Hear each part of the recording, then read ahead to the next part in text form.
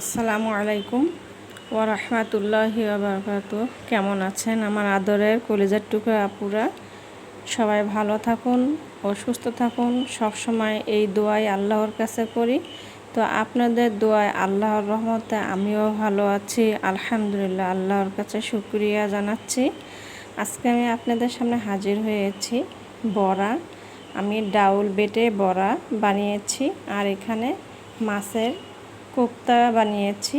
তো আমি বড়া দিয়ে মাছের কোপ্তা রান্না করব।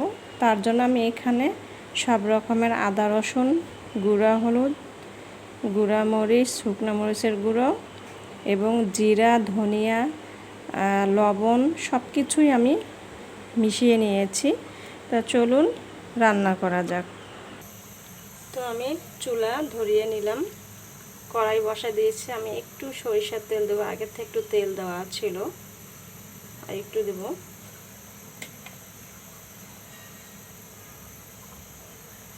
দিয়ে দিচ্ছি পেঁয়াজ কাটানো,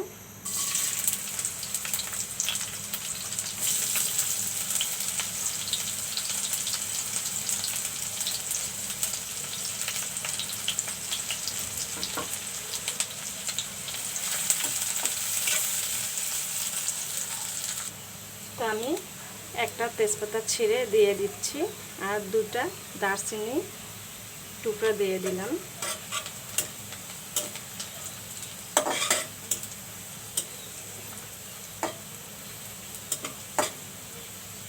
এখন আমি মশলাগুলো দিয়ে দেব।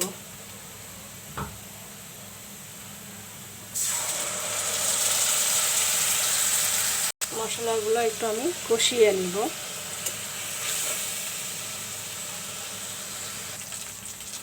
মশলাগুলো কষানো হয়ে গেছে, এখন আমি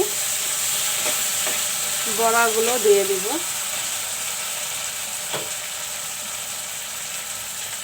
বড়াগুলো দিয়ে দিচ্ছি।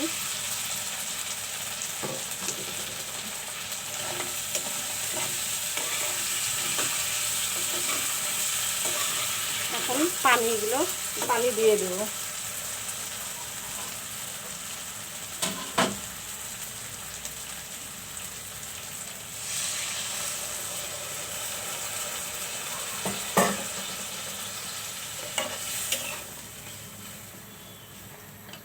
আমি মাছের কোপ্তাগুলোও দিয়ে দেব। কোপ্তাগুলো দিয়ে দিচ্ছি।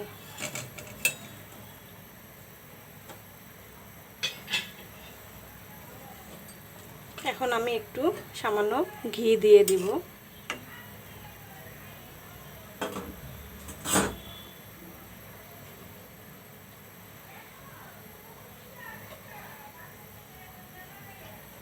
ঘি দিয়ে দিচ্ছি, আর একটু দেব।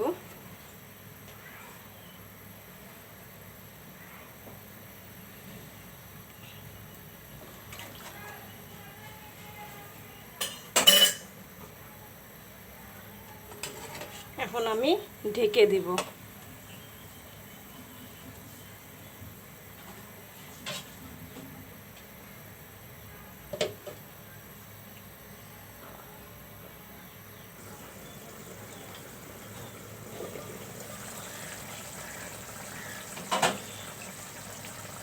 হয়ে গেল, বড়া দিয়ে মাছের কোপ্তা রান্না করলাম।